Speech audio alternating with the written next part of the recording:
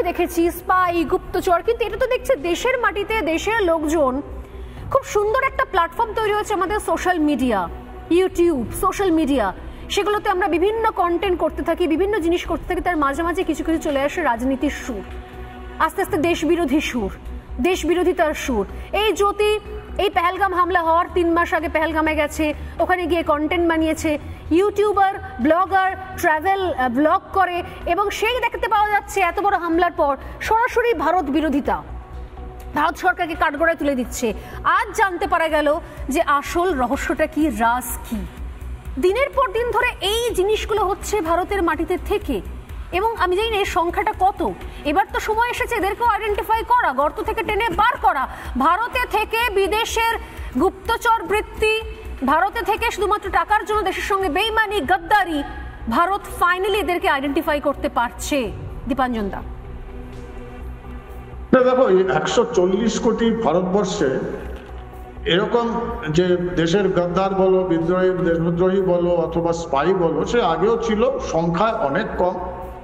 জ্যোতি মালহোত্রা একটি নাম, একজন ব্যক্তি, সে কতটা ক্ষতি করতে পারে? তুমি এটা সমস্ত সর্বভারতীয় চ্যানেলে দেখিয়েছে। আসামের মুখ্যমন্ত্রী হিমন্ত বিশ্ব শর্মা প্রেস কনফারেন্স করে বলেছেন গৌরব গগৈ, ওনার স্ত্রীর সঙ্গে, ওনার স্ত্রী বিদেশি এবং তার সঙ্গে পাকিস্তানের সাংঘাতিক ঘনিষ্ঠ সম্পর্ক।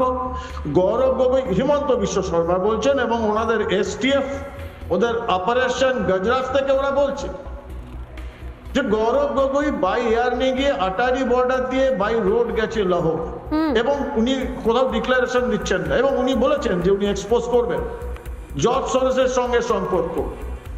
এইগুলো তো শুধু একটা জ্যোতিকে দিয়ে লাভ হবে না বলে, জ্যোতি তো একজন, দুজন সেনাপতি, দুজন, কিন্তু এই সংগঠিত ভারতবর্ষের সংসদীয় পার্টি গৌরব গগৈ রাহুল গান্ধীর এত প্রিয় নেতা, সেখানে রাহুল গান্ধী একটা কথা বলছে না কেন? এবং যেদিন এক্সপোজ হবে, যেদিন ওটা অলরেডি ইনভেস্টিগেশন চলছে না, এগুলো কলকাতার রাস্তায় বড় বড় নেতারা, ওই বামপন্থীরা প্রশ্ন তুলছে না যে যদি হয়ে থাকে, ভারত পাকিস্তান যদি করে থাকে, ভারত পাকিস্তান বসে একসঙ্গে দুজনে আলোচনা করে সন্ত্রাসবাদী ঘাঁটি, এরা কি কম দেশদ্রোহী? সমস্যাটা তো জ্যোতি মালহোত্রা কিনে, সে তো পয়সার জন্য করেছে। এরকম তো বাজারে তো প্রচন্ড লোকে, ওপেন সোর্স ইন্টেলিজেন্স বলছে, একটি স্বীকৃত রাজনৈতিক দল, তারা নাকি চীনের কাছ থেকে প্রচন্ড চাপে রয়েছে যে ভারতের বিরুদ্ধে এখনো তোমরা উঠছো না, কারণ তারপরই আমরা দেখতে পেলাম কলকাতায় কতগুলো মিছিল। তুমি কত এরকম তো প্রচুর রয়েছে। তবে হ্যাঁ, এই ভারত কিন্তু অন্য ভারত, একদম 26/11 হয়েছে, তাতেও ইন্দাস দিয়ে জল গেছে, বম্বে বম ব্লাস্ট হয়েছে, ইন্দাস দিয়ে জল গেছে। মোদিজি পরিষ্কার বলেছেন জল আর রক্ত একসঙ্গে বইবে না, পাকিস্তান শুকিয়ে মরছে। At the same time Bangladesh ওদিকে চিন্ময় প্রভুকে জেলে রাখবো, হিন্দুদের উপর অকথ্য অত্যাচার হবে, 4 ঘন্টায় কলকাতা দখল করব, আর রফতানি দুটো একসঙ্গে চলবে না। একদম এই ভারতবর্ষ কিন্তু অন্য চেঞ্জ করে দিয়েছে। এখন এই যে দেশের শত্রু, এদেরও ব্যবস্থা হবে। যারা এই গণতন্ত্রের শত্রু, তাদের গণতান্ত্রিক ভাবে ব্যবস্থা করবে, এবং সে দায়িত্বটা মানুষকেও নিতে হবে, এদের এক্সপোজ করতে হবে। আপনার সামনে সিদ্ধান্ত পরিষ্কার, আপনি এই ভারতবর্ষকে রাখবেন না এই দেশের গদ্দার যারা তথাকথিত একটা ধর্মনিরপেক্ষতার ছদ্মনাম নিয়ে দেশকে বিক্রি করবে। জ্যোতি মালহোত্রা, এর প্রত্যেকটা পলিটিক্যাল পার্টিতে বহু জ্যোতি মালহোত্রা, বহু গৌরব বাংলাতে রয়েছে। আমি এখানেই বলছিলাম, যেখানে জয়দীপদা রয়েছেন, সন্ময়দা রয়েছেন, রক্তিমদা রয়েছেন, যে কলকাতায় পর্যন্ত ঘুরে গেছে জ্যোতি মালহোত্রা।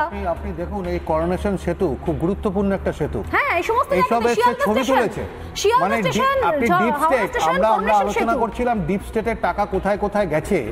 ভেবে দেখুন, এই ধরনের নাগরিককে ডিপ স্টেট কিনেছে, যে ব্লগারদের কিনে তাদেরকে দিয়ে তাদের থেকে তথ্যগুলো নিচ্ছে, যেটা এই কোনো রকম ভাবে এজেন্সি খবর পাবে না, মনে করবে যে এটা কোনো ব্লগার ছবি তুলছে, চলতেই পারে।